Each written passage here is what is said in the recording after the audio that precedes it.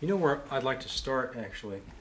Let's go right to the meat of things. Tell me about Henry Ford during the Great Depression. You said you might have some interesting things to say about that. Well, during the Depression, Henry Ford was very, very active, trying to keep people employed. Of course, cars weren't selling well, and he devised several methods of trying to keep more people going. One of them was that dealers could bring used cars in, and he would have an assembly line in the plant that would restore those cars to new condition. That kept more people employed. And at one time, I think during the Depression, the various plants, especially the Ypsilanti plant, that made new generators and starters, it seems that about a third of the work there was rebuilding starters and generators. So that was one of the things he was doing to try to keep more people employed. And he seemed to be especially desirous of employing people and having them use gardens to supplement their income. A lot of people, some of Henry's relatively close relatives were cut down to maybe 3 days a week, but they were encouraged to have gardens. And the garden program that Henry put forth at that time was rather tremendous, because he had hundreds of tractors out and could plow up a field or plow up a garden. Sometimes it would just be a 40-foot plot in the backyard. But he would send his tractors men out there to plow it up, furnish some seed. He would do that primarily for his employees all around the Detroit area. And it'd be out maybe 25 miles to the north and west and south.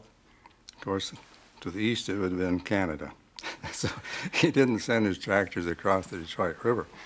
Did he give money also during the Depression? He didn't. He wasn't so inclined to give money except as wages. I don't think he believed in charities in the sense of just handing out money. But he tried to give everyone a job. He worked very closely with the city of Dearborn, for instance, the city of Inkster, Garden City, to make sure that anybody who wanted a job could have a job. It might be a farming job. He might take a truck and send them out to some of his soybean fields to hoe weeds, because he had thousands of acres of soybeans that he was planting in the early part of the Depression. But that seemed to be something he was advocating, that people, by all means, have a garden. Supplement their income by working in a garden.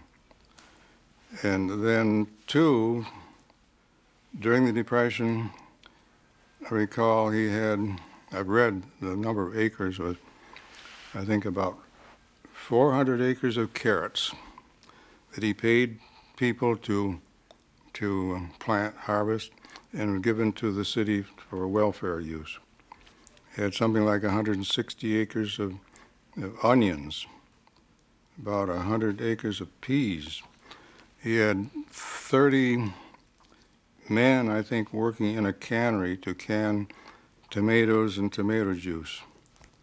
And all this was for the welfare, mostly for the city of Dearborn welfare.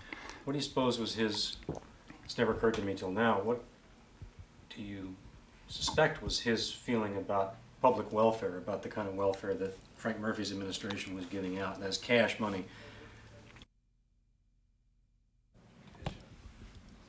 Let's let's start again on, explain to me how Henry Ford might have felt about the I think we should hold it. Oops. Let's wait for this airplane to go. It's Chevrolet planes. You know we're doing the film up. Ready? Good for me. 134326.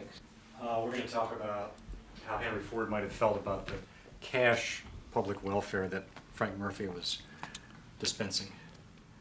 I don't believe he believed in just handing over money to people. He thought that the best thing would be to give them something to do, make certain that they knew that the money was due to working, because he felt that he would much rather, even handicapped people, he wanted them to work, and gave them hundreds of jobs.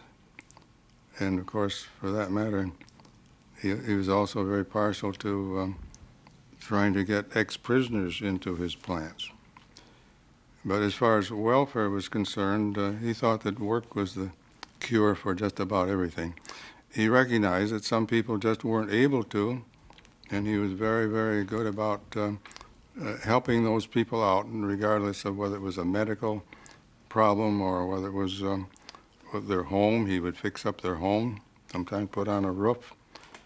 And he did let a good many of his employees run accounts, and some I noticed that were behind in their accounts by, one I remember was something like $1,200, $1,500. And the idea was that some of these were unemployed, and but as soon as they obtained a job, and he was usually helping them get a job, then they would gradually pay off that debt. I think it's difficult sometimes for a public television audience to understand the kinds of hard-boiled choices that a business person, an industrialist, has to make. Can you talk a little bit about, and what I'm talking about is when they have, for instance, have to shut down the line at the Rouge and lay off a lot of people. In 1927 and again in 1931, when they stopped the Model T and then when they stopped the Model A. Can you talk about the choices that Henry Ford the hard troubles that he was up against? It was hard on him to have the plant down. The Model A changeover, for instance, very hard on him. And of course, he hoped that a good many of his people had some other income, and that's why he created the village industries, so that these people would, in a sense, be half farmers and half factory workers.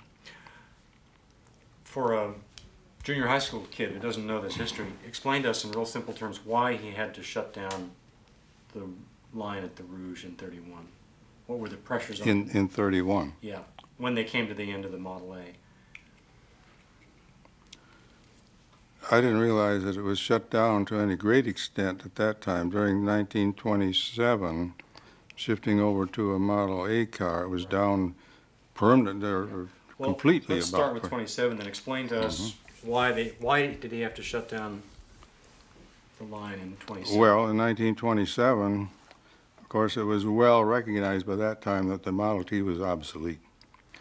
It took years and years to convince Henry Ford that it was obsolete.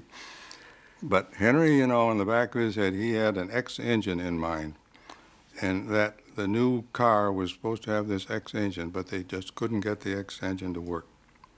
It was a very revolutionary type of engine. It was almost like an aircraft engine, an X engine with the cylinders going this way and that way, and the mud would get on the spark plugs on the bottom and so on. But they worked from 1920 to 1926 to develop that engine, and Henry actually expected that that would be the new Ford.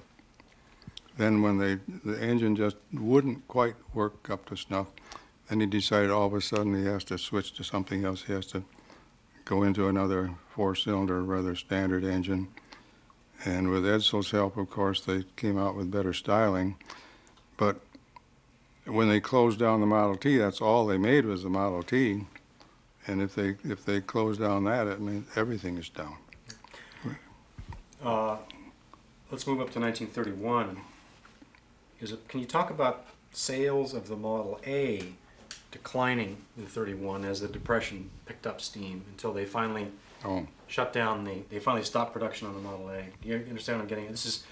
Explain it so that a 10-year-old can understand. I didn't realize that they shut down to that extent. Yeah, any time during the Model A. Yeah, in 31, they finally, the last Model A came off the line in August of 31.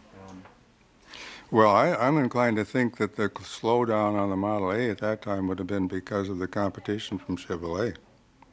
Chevrolet had come out with a 6. Henry didn't ever like a 6. He always figured it had to be multiples of 4, 8, 12 maybe 16, but no 6. So I think that was the reason for a slowdown at that time. Then, of course, he figured, well, what am I going to do? If General Motors has a 6, I think I'll have an 8. So we hurried and got an 8 together. And the 8 was rather radical in that it had a one-piece block, I think, which hadn't been ordinarily done on an 8. And he had got into troubles on oil. Yeah. And so in a sense, it wasn't as successful as it might have been, but for the 1932, it did real well in that year. In 1927, 28, the late 20s there. Actually, let's cut for a moment until this tour passes by.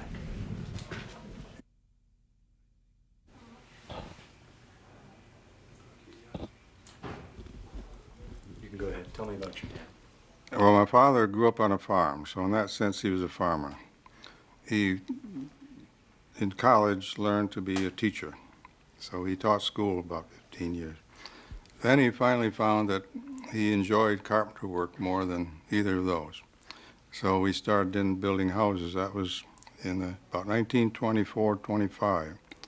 And we were going great guns in the building business because he could build a house a year and make more money than he would either teaching or farming. But then about 1927, things became different in the real estate business. Houses he was building wouldn't sell so well, and the price would be less.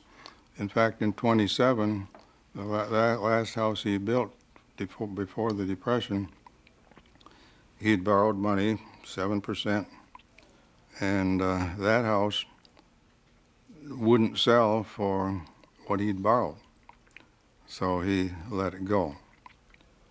So we felt the Depression that early. That was 1927. He traded a land contract for a farm, and the one who had to take it back was very, very sore about having to take it back because he knew he couldn't get his money out of it. Just I think it was about $2,000 was all the mortgage was. There were houses at that time, maybe a year or so later, at Clawson, which is 14 miles out of Detroit. You could buy a 40-foot lot with a 1.5-story house, not a large house, but a cute little house, $350, lot and house and all. It was that bad. Could anyone buy them? They must have been sold eventually, but there were a whole string of them for sale at one time at that price. So the Depression was hitting real estate in my dad's business in 1927. So we moved on to the farm. So were you on the farm? We had the farm during the Depression. Tell me about that. Well, it's interesting that my dad liked to wear his berries, strawberries, raspberries, sometimes some sweet corn and things. We'd market that at local markets. And there were times when about all we'd sell would be enough to pay for our gasoline from the farm into the market. And a $10 a day sales was a good day. Some days we'd end up practically trading. There'd be people who would bake and bring baked goods into the market, and we would trade celery for apples and berries for something else. So we go home with a couple loaves of bread, and that'd be about the day's benefit. That'd be during the wintertime when there wouldn't be a great deal going on. Yeah. But of course, gasoline was even as high, the highest number of gallons one could get in Detroit, I think, during the Depression was 14 gallons for $1. Really? And you might get a 2-pound box of sugar with that. In those times in Detroit, in the Depression, when there were a lot of people out of work, there's a lot of poverty around. There are also a lot of very well-to-do people in Detroit at the same time. Do you have memories of what the attitudes were, how the rich people felt about the poor people and how the poor people felt about the rich people? Back then, I'm not talking about now, I'm talking about back then. Do you have any memories of that? Of course, I was never right in the city. Right. I wasn't associating with any of those wealthy. They didn't bother me much because they weren't that close by. And it would only be what I might read in the paper. But no, there was no antagonism on our part as far as I know about rich people. In fact, in the suburbs,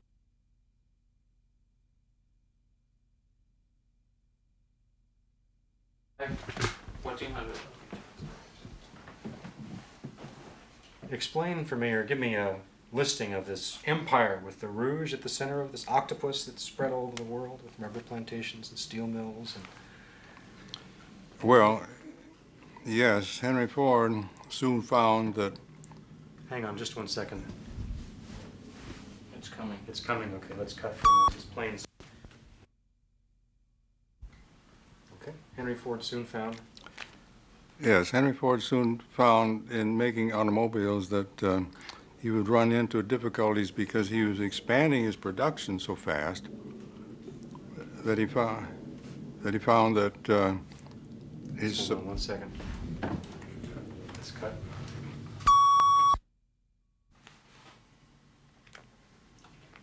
Okay, let's try it again. yes, when Henry Ford started producing cars in the volume that he wanted to produce, such as when the Model T was developed, he got into difficulties in supplies. He found that there'd be a coal strike, and they wouldn't have their power for a while. Then there'd be a railroad strike, and so he felt that he had to have control of those facilities in order to make sure that he can continue producing cars at the rate he wanted to produce them. So he bought coal mines down in West Virginia and Kentucky. Let's hold on just 1 second. These people are just leaving. Okay. Yeah. Oh, I just was waiting for the people to. Can you give me a cutting frame of any sort? Okay, you can begin with. So he bought. He bought coal mines in Kentucky and West Virginia. He bought a railroad that went down to those coal mines so that he'd be sure that he could control how much coal he was going to get and get it up here to Highland Park where he needed it. Then there was a crisis in the rubber supply later, and he and Firestone were good friends, and they found that the British were raising the price of rubber. They had a monopoly on it over in the Far East, and so they kept raising the price till it was maybe 10 times as much as it needed to be. So they began to investigate where they could raise their own rubber, and Henry Ford was taken with the area of Brazil, the Amazon Valley, and so he got I think it was 2 million acres of land that he leased from the government of Brazil, and so began to produce his rubber. And that was fairly successful up until the time of World War. It took 20 years or so for the trees to grow up, of course, and by that time, synthetic rubber was being developed. So he lost $20 million, but that was one of the areas in which he was trying to keep himself supplied with material. Same went for iron ore, same for timber, for bodies for his car. And then, of course, he needed his own ocean, not his lake, his Great Lake fleet, to get the ore down from where he had established some mines. So his system of integration, I don't think he thought so much about it in advance. I think these were things that came up as to solve this problem, that problem. Pretty soon he had the whole thing together. Was he the kind of man to whom it was important to control things? Yes, he was a perfectionist in that he wanted to know exactly when he was going to get things, how he was going to get things. He didn't want to be dependent on other people. Was he also the kind of guy who liked to be the one who called the shots? Do you know what I'm saying? Yes, I think he wanted to be in complete control. even though he had stockholders and that sort of thing, he wanted to call the shots. What happened to those stockholders eventually? In 1920? 1919, he bought them out, and it was to quite an extent because he wanted to develop a big plant at the Rouge to build tractors. And his stockholders weren't interested in tractors. And the stockholders wanted a big amount of dividends on their investment in Ford Motor Company.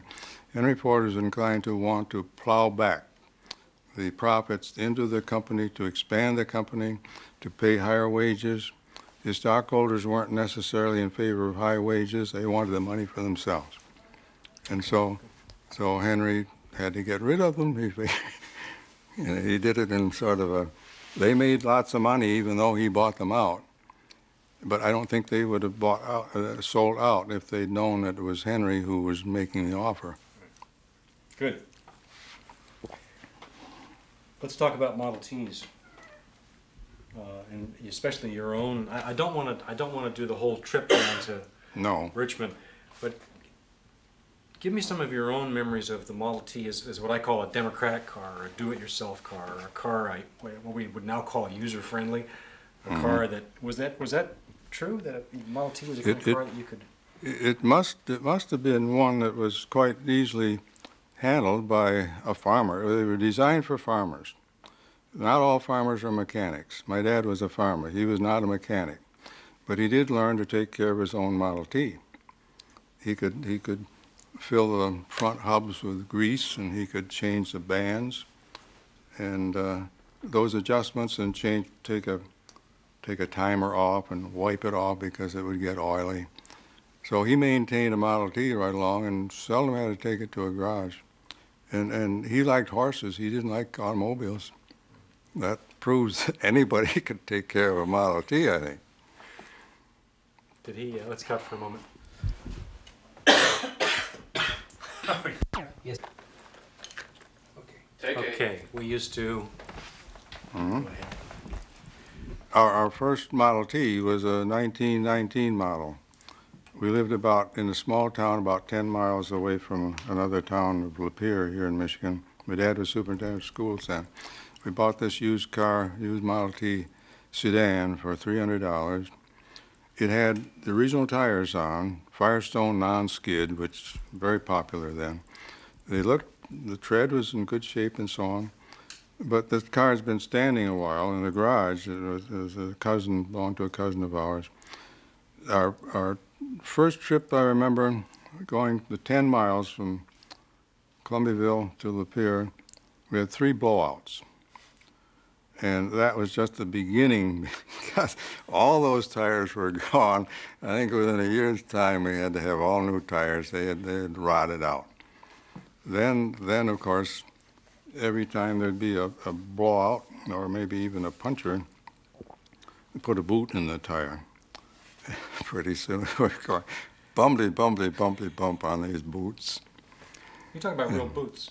Well, Boot boots. they could be foot boots, but no, they were usually, you could buy them maybe for 10 cents a piece, and some of them were thicker than others, but we maybe have a half a dozen boots in one tire.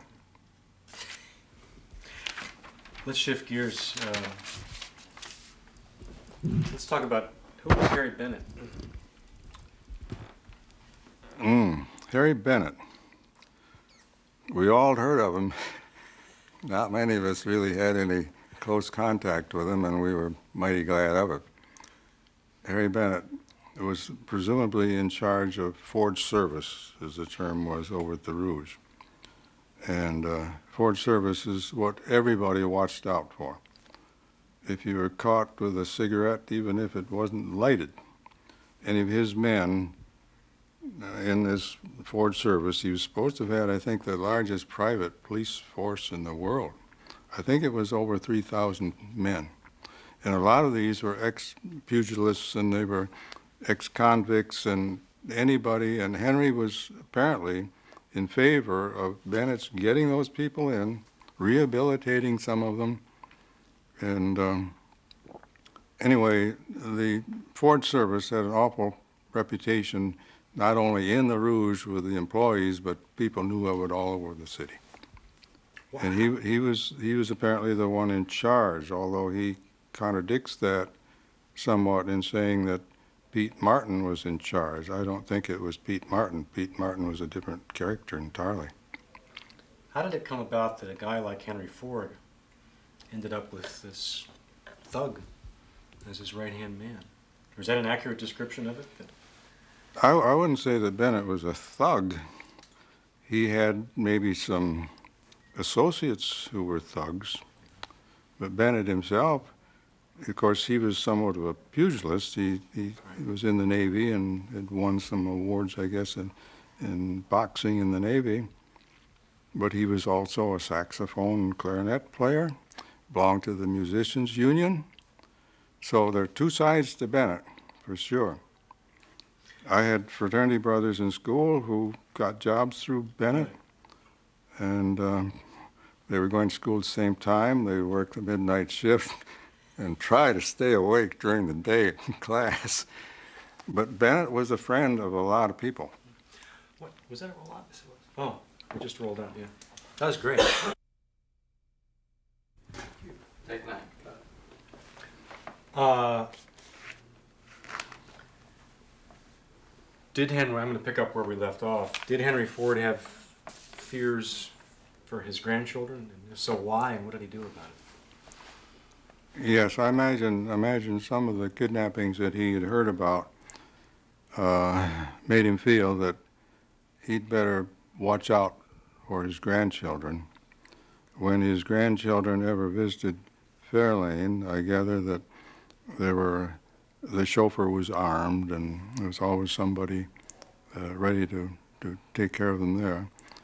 And I think one of the chief responsibilities of Harry Bennett, and maybe one of the reasons that he was associated with gangsters to quite an extent, was probably Henry's instructions to Bennett to take care of Edsel's children, to make certain that they were safe. Good, good. I want to get back to, or go ahead into the 1930, 31, 32, right around there, which I know you were away at college, but did you ever hear anything about Frank Murphy? Not a great deal. Did you ever hear anything good about him, anything bad about him? What I heard good about him was that he was from a little town where I used to teach school, and even though it was a Republican neighborhood, they thought Murphy was fine. Really? And I never heard anything detrimental about him in Detroit. Good.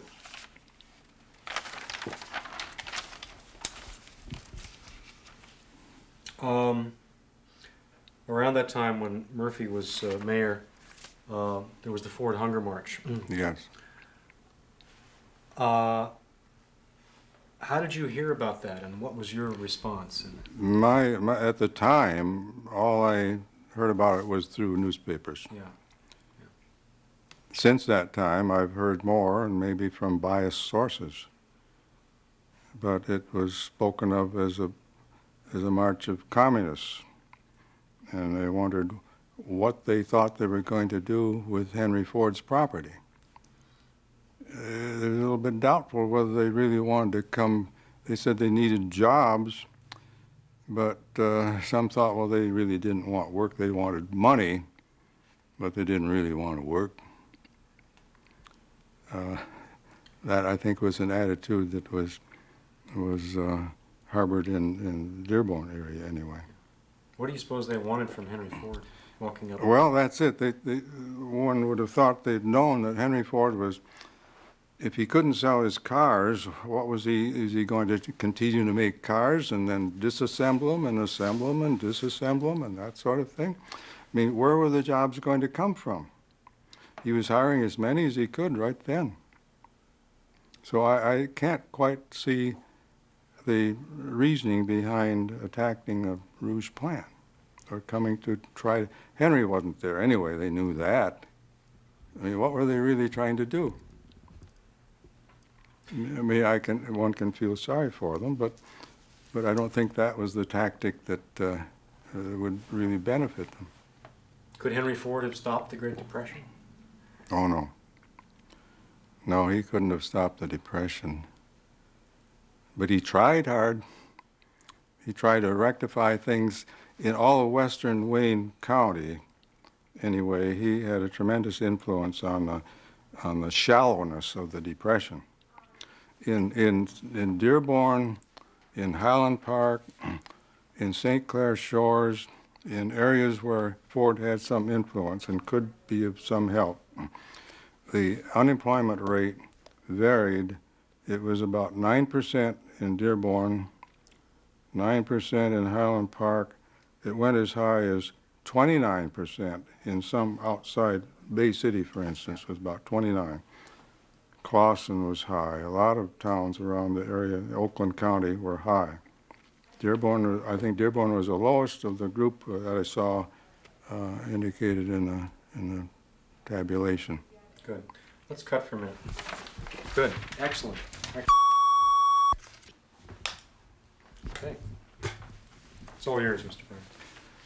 It seems to me that Henry Ford is perhaps recognized and appreciated more outside of the Detroit area than he is in Detroit. In places in the United States, other places in the United States like Richmond Hill, Georgia, Berry College, places like that, where he made tremendous contributions, not only to the community and to the college. And in Europe, I think his outstanding capabilities in manufacturing were recognized there because there were courses given in Fordism at the universities. Fordism here, I think, is interpreted as meaning working people too hard and mass production and the evil things that go with it. But in Europe, in Germany, Latvia, I know, some of those countries, and perhaps in Russia, Fordism was considered something that was an economic theory. It was an economic, not only theory, but it was an economic practice, that if you could make enough things cheaply enough and get them out to the population, that would raise the standard of living in a tremendous degree. And so I think Henry's attitude toward mass production and his efficiency in operations were recognized and appreciated more outside the United States perhaps than in. His drive to produce more and to produce more efficiently, was that driven because he wanted to make profits? What drove that? What made No, him? I think he's telling the truth when he says he doesn't do this for money. Money isn't the object. Money is the wherewithal to get things done, but the object is to have things for people. And people enjoy getting these things and having them, the higher standard of living. Good. Good. You're the first person in this film that's articulated that well. Speaking of money and political systems, do you have any memories of your own about how you might have heard of communism in the 1920s, 1930s, or what that might have conjured up for you? To me, in school, I guess I was rather naive. Communism was a bad word, but I didn't know really what it meant, how the system worked. And I do know that there were, about the time of the Hunger March, there were groups of communists that were meeting in Detroit, and it's said that they were the ones behind the Hunger March. But that seems to have been I don't think communism was recognized where I was It wasn't debated. It wasn't. It was just something that was seen to be very localized in the city. And as far as I know, in the city of Detroit, I don't know whether there were communists all over the United States having get-togethers and plans to take over some plant or get after some rich person. I don't know. Good, that's good. Yeah, that's the reason I ask, is that there was this, as you pointed out. Actually, before we come, tell me briefly what it is. Henry. Yeah.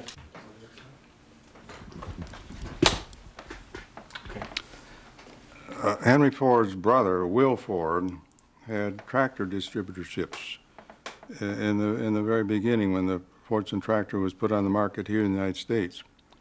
And he had the distributorship for Michigan, part of Ohio, part of Indiana, quite a large dealership territory.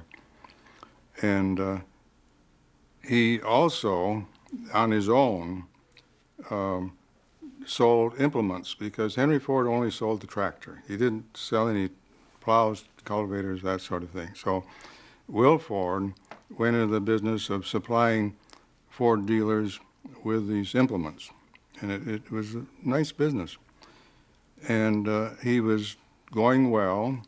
About 1927, he built himself a factory over near the Highland Park factory of Ford Motor Company to build cranes, hoes, rather large implements based on using the Fordson tractor power plant. It was called, these instruments were trademarked Wilford, W-I-L-F-O-R-D. I'm going to have you move ahead to the part where he goes bankrupt. Oh, yeah. Well, in 1928, and Will didn't know about this, Henry Ford shifted his tractor manufacturing to Ireland. And so Will was without his power plants for his equipment. And he went broke. And